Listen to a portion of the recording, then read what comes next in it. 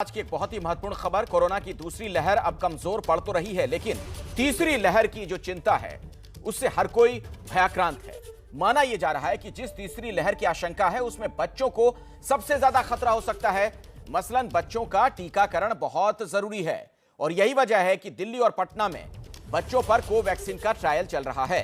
न सिर्फ भारत बल्कि दुनिया के कई देश बच्चों की वैक्सीन पर काम कर रहे हैं। अमेरिका से लेकर कनाडा, संयुक्त अरब अमीरात में तो बच्चों को वैक्सीन लग भी रही है।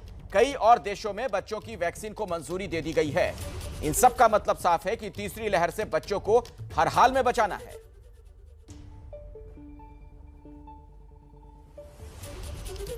तो बच्चों की वैक्सीन का क्या हाल है और तीसरी लहर से कैसे बचा जाए, इस पर बात करने के लिए हमारे साथ देश के दो बड़े डॉक्टर जुड़ रहे हैं। दिल्ली एम्स में कम्युनिटी मेडिसिन के डॉक्टर संजय राय हमारे साथ मौजूद हैं और पटना एम्स के एमएस सीएम सिंह भी हमारे साथ जुड़ चुके हैं। आप दोनों का बहुत बहुत स्वागत है। और पहला सवाल डॉक्टर संजय राय जी, आप ही से मैं पूछना चाहूंगा, कब तक उम्मीद करें कि बच्चों की वैक्सीन आ जाएगी? देखिए, अभी तो क्लिनिकल ट्रायल स्टार्ट हुआ है और उसके जो है कई चरणों में, क्योंकि कुछ बच्चों को अभी 12 साल से ऊपर के बच्चों को, फिर 6 से 12 साल के बच्चों को, फिर जो है 2 से 6 साल के बच्चों को, इस क्रम में जो है उनको इनरोलमेंट होगा, उनका रिक्रूटमेंट होगा और तब फाइनल जो है रिजल्ट आएगा। तो इसमें अभी वक्त लगेगा। अभी तो जस्ट क्लिनिकल ट्रायल स्टार्ट ही हुआ है। कुछ भी कहना, रिक्रूटमेंट कंप्लीट होने में फर्स्ट और सेकेंड डोज में कम से कम 2 से 3 महीने का समय लगेगा। 3 महीने के अंदर सेकेंड डोज नहीं पूरा होगा। उसके बाद जब रिजल्ट आएगा कि रियली कितना इफेक्टिव है, अभी तो ये जो हम क्लिनिकल ट्रायल हो रही है वो एविडेंस जनरेट करने के लिए हो रही है कि रियली इफेक्टिव है, सेफ है और इफेक्टिव है कि नहीं। कल अगर जरूरत पड़ जाए बच्चों को देने के लिए तो हमारे पास एक सेफ एंड इफेक्टिव वैक्सीन होना चाहिए। हो सकता है वैक्सीन बहुत ही कारगर हो और बच्चों के लिए भी अच्छा हो सकता है कि ना हो। तो अभी तो सारे जब रिसर्च के रिजल्ट आएंगे उसके बाद कुछ कहा जा सकता है, बट मिनिमम टाइम जो है 3 मंथ तो चाहिए ही चाहिए। अच्छा, हमारे दर्शकों के लिए यह जानना बड़ा जरूरी हो जाता है कि जो एम्स दिल्ली और पटना एम्स के दोनों डॉक्टर हमारे साथ जुड़े हुए हैं, दोनों ही अपने अपने संस्थान में कोवैक्सीन के प्रिंसिपल इन्वेस्टिगेटर भी हैं। तो इनकी कई बातों के क्या मायने मतलब हैं आप समझ सकते हैं। डॉक्टर सीएम सिंह जी, बच्चों पर चल रहा वैक्सीन का ट्रायल अभी किस चरण में है? आप क्या बताना चाहेंगे देश भर में लोगों को?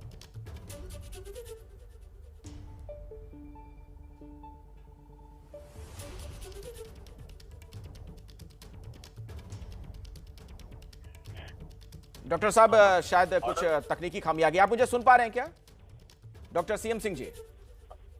आपकी आवाज आ रही है मेरी? जी जी, आपकी आवाज आ रही है सर। वही मैं आपसे सवाल पूछ रहा था कि बच्चों पर जो ये वैक्सीन का ट्रायल जारी है, किस चरण में है, किस स्टेज में है? अभी जो बच्चों में वैक्सीन का ट्रायल हो रहा है, मैं बता रहा था आपको कि 2 से 18 साल के बच्चों में हम लोग ट्रायल कर रहे हैं। अभी हम लोग स्टेज 1 में हम लोग पहले 12 से 18 साल के बच्चे को इनरोल कर रहे हैं और एक बार जब 12 से 18 साल के बच्चों का इनरोलमेंट हो जाएगा तो हम 6 से 12 साल, फिर उसके बाद 2 से 6 साल के बच्चों को इनरोल करेंगे। जी, कुछ दिक्कत आ रही है, तकनीकी खामी है। डॉक्टर सीएम सिंह जी, मैं कोशिश करूंगा कि हम इसे दूर कर लें, उसके बाद मैं दोबारा आपके पास आऊंगा। आप महत्वपूर्ण जानकारी दे रहे थे, आपसे हम बात, जी शायद आपसे हमारा हो गया कनेक्शन। जी बताइए। हाँ, तो मैं भी बताया कि 3 स्टेज में परीक्षण होना है। पहले स्टेज में 12 से 18 साल को हम रिक्रूट करेंगे और जब उनका वैक्सीनेशन कंप्लीट हो जाएगा तो फिर 6 से 12 साल के बच्चों को इंक्लूड करेंगे और 6 से 12 का जब कंप्लीट हो जाएगा तो 2 से 6 साल के बच्चों को इंक्लूड करेंगे। तो अभी 12 से 18 साल में रिक्रूटमेंट चल रहा है और बच्चों को वैक्सीन दी जा रही है। अच्छा, डॉक्टर संजय राय जी, पटना और दिल्ली एम्स में कितने बच्चों पर ट्रायल हो रहा है? मल्टी सेंट्रिक स्टडी है और जो ये फेज 2/3 ट्रायल है उसमें जो है एक sample size is somewhere around 500 के आसपास है। एग्जैक्ट सैंपल साइज मुझे याद नहीं आ रहा है, but 500 something is sample size. And doctor CM Singh, अगर तुम्हें एग्जैक्ट सैंपल साइज याद होगा तो बता देना आप। जी डॉक्टर सीएम, डॉक्टर 500 के आसपास के सैंपल साइज है। 525 है एग्जैक्टली, ठीक करें। अच्छा, सीएम सिंह जी, बच्चों पर वैक्सीन के ट्रायल के नतीजे कब तक आएंगे, क्या उम्मीद करें? क्योंकि लोगों में देखिए एक जो धारणा सी बन गई है ना कि तीसरी लहर में बच्चों पर ज्यादा खतरा है, इसलिए थोड़ी भय वाली स्थिति है देश भर में। देखिए, अभी तो ट्रायल जस्ट शुरू हुआ है और इसमें टाइम लगेगा। जैसा कि प्रोफेसर संजय राय ने बताया कि कम से कम 3 महीने का टाइम तो लगेगा ही, क्योंकि बच्चों को हम फॉलो करेंगे और उसके बाद हम ये देखेंगे कि किस परसेंटेज में सीरो कन्वर्जन हो रहा है, और अगर सब ठीक भी रहा तो 3 महीने का टाइम कम से कम लगेगा। अच्छा, 3 महीने का टाइम डॉक्टर संजय राय जी, मतलब 3 महीने का समय लगेगा वैक्सीन आ जाने में, क्या हम ये समझें, इसका मतलब ये निकालें? एविडेंस जनरेट करने के लिए देखिए, किसी भी क्लिनिकल ट्रायल का प्रोसेस होता है, सो ये प्रोसेस को कंप्लीट होने में मिनिमम टाइम की जो रिक्वायरमेंट है वह है।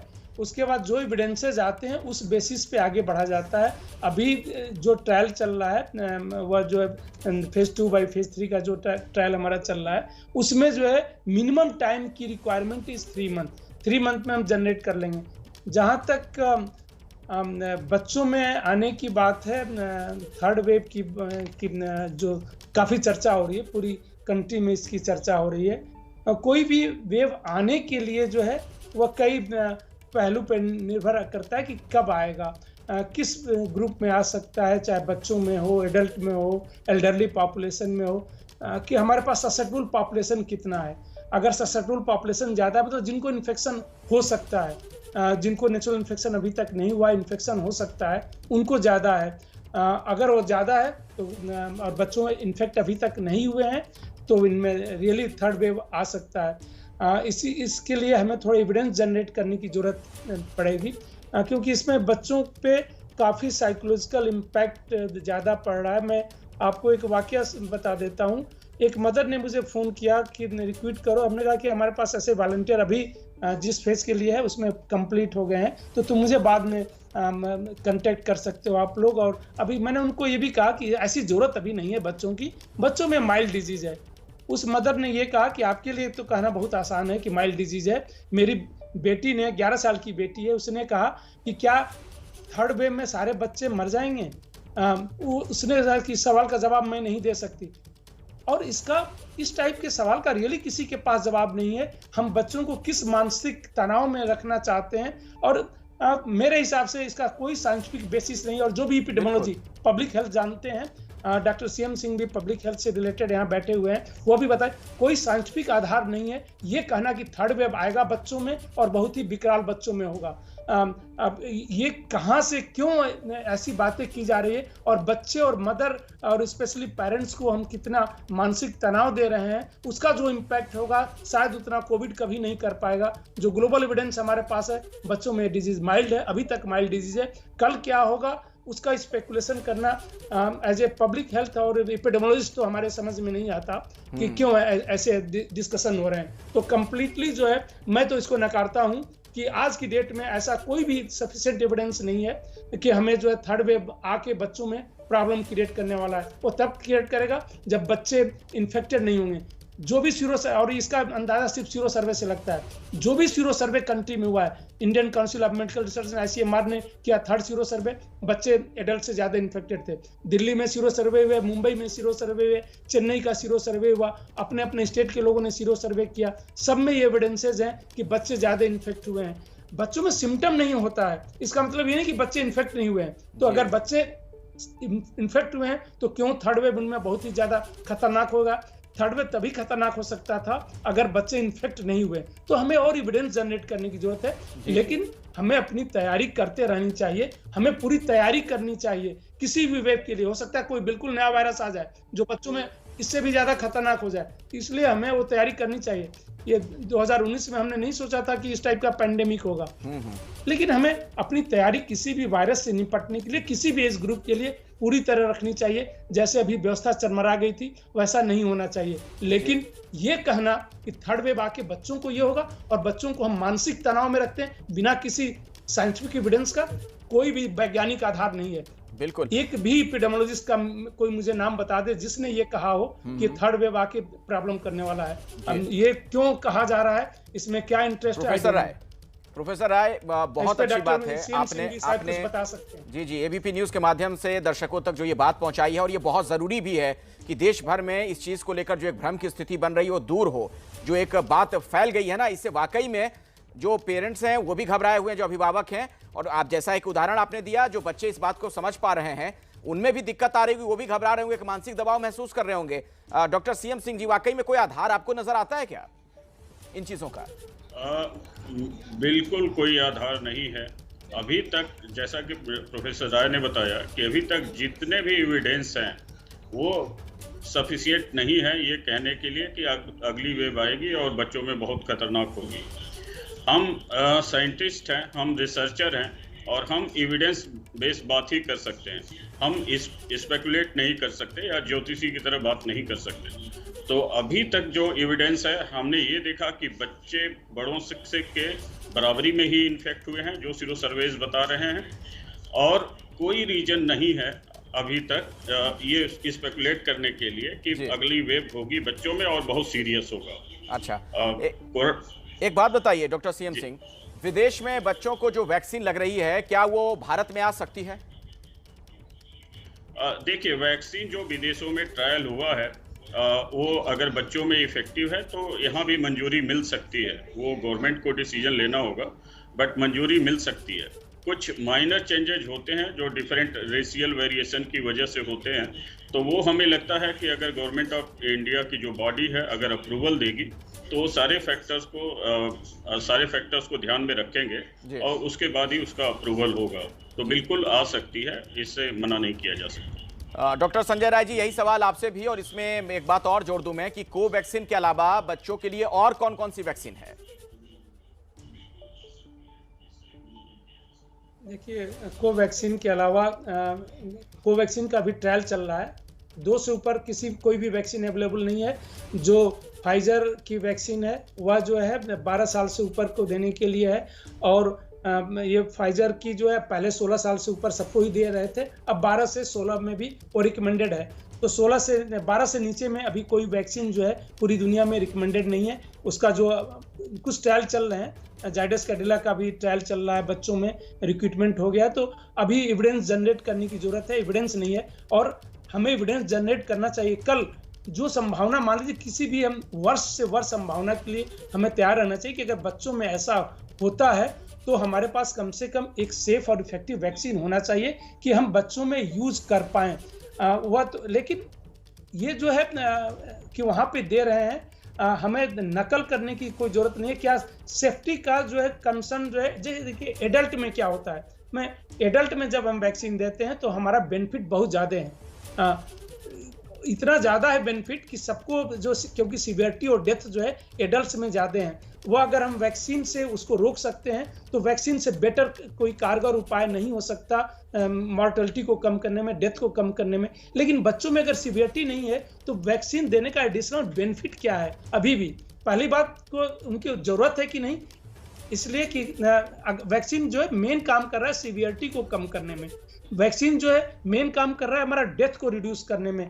तो हॉस्पिटलाइजेशन कम होगा, ये बच्चों में रेयर है, रेयर फिनोमेना के लिए जो है, और वैक्सीन देना इतना आसान नहीं है। बच्चों में हम काफ़ी वैक्सीन देते रहते हैं और काफ़ी इफेक्टिव वैक्सीन देते रहते हैं, काफ़ी बीमारियों को रोकते हैं जी।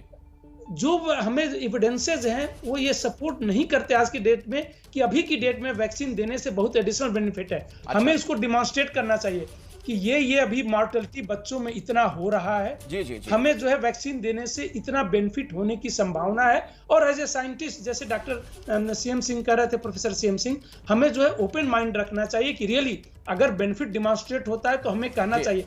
ब्लाइंडली जो है ठीक है, किसी भी इसको जो है एज ए साइंटिस्ट हमें नहीं सपोर्ट करना चाहिए किसी भी एक्ट को। ठीक है, हो सकता है उसका मिसयूज हो सकता है वेस्टेड इंटरेस्ट हो, मुझे नहीं पता। जी आप सही कह रहे हैं प्रोफेसर राय। मेरे पास चूंकि वक्त नहीं है, आप बहुत ही अच्छी जानकारी दे रहे हैं, महत्वपूर्ण जानकारी, और मुझे लगता है कि बहुत जरूरी है कि देश भर में लोग ये बात समझें जो तमाम डॉक्टर्स कह रहे हैं। समय नहीं है, बिल्कुल छोटे में डॉक्टर सीएम सिंह अगर आप जवाब देना चाहें तो क्या हम ये माने कि कोरोना की तीसरी लहर बच्चों को निशाना बनाएगी? जो बात कही जा रही है ये एक भ्रम की स्थिति है। बिल्कुल वो किसी भी एविडेंस के बेस पे नहीं है। जी। जस्ट किसी ने बस जस्ट स्पेकुलेट किया है, मतलब एक आभास लगाया है लोगों ने, जो किसी एविडेंस पे नहीं है। और अगर एविडेंस पे है तो एविडेंस पे नहीं है तो हम इसको बिल्कुल नहीं मानते हैं कि तीसरी लहर आने वाली है और बच्चों में बहुत सीवियर होने जा रही है। लहर आएगी, कोविड के केसेस होंगे, लेकिन सडनली अगर वायरस अपना कोई मूल रूप परिवर्तन नहीं करता है, अगर कोई ऐसा स्पेसिफिक म्यूटेशन नहीं होता है, तो इस तरह की कोई स्थिति नहीं आने जा रही है कि हमें बहुत घबराने की जरूरत है। चलिए, डॉक्टर संजय राय और डॉक्टर सीएम सिंह, आपका बहुत बहुत धन्यवाद हमारे साथ जुड़ने के लिए। काफी अहम जानकारी आपने दर्शकों तक पहुंचाई है। मुझे उम्मीद है कि इससे दर्शकों को ये पता चला होगा कि ऐसी स्थिति नहीं है, आप घबराएं नहीं, डरे नहीं। हाँ, कोरोना है और उससे जो बचाव के पहले वाले तरीके हैं उसे आगे भी आप अपनाते रहें।